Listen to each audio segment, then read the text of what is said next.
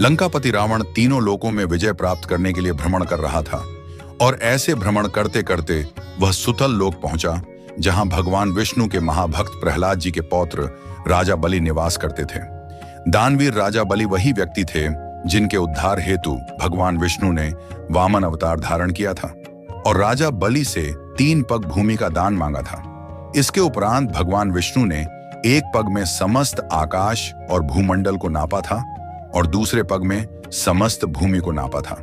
जब तीसरे पग रखने की बारी आई तो राजा बलि के पास देने के लिए कुछ भी शेष नहीं था, जिसके उपरांत उन्होंने भगवान विष्णु से कहा कि उनके तीसरे पग को वे उनके मस्तिष्क पर रख दें।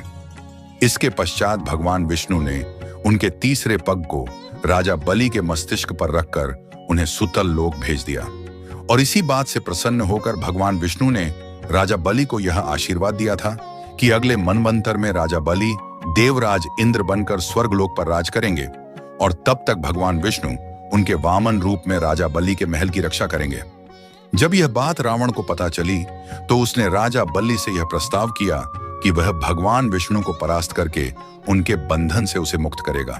इस प्रस्ताव को सुनकर राजा बलि हंसने लगे और उन्होंने रावण से कहा कि आप तीनों लोकों के स्वामी भगवान विष्णु को परास्त करेंगे। उससे पहले अगर आप में इतना ही बल और साहस है तो वहां पर रखे हुए उस कुंडल को जरा उठाकर दिखा दीजिए। इसके तुरंत बाद अहंकार में डूबे रावण ने उस कुंडल को उठाने की कोशिश की, किंतु वह उस कुंडल को हिला भी नहीं पाया।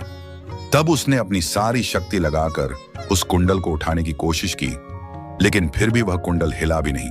इसके बाद रावण ने अपनी हार मान ली और तब राजा बलि ने कहा कि यह कुंडल जो आपने अभी उठाने की कोशिश की वह मेरे परदादा हिरण्यकशिपु की है।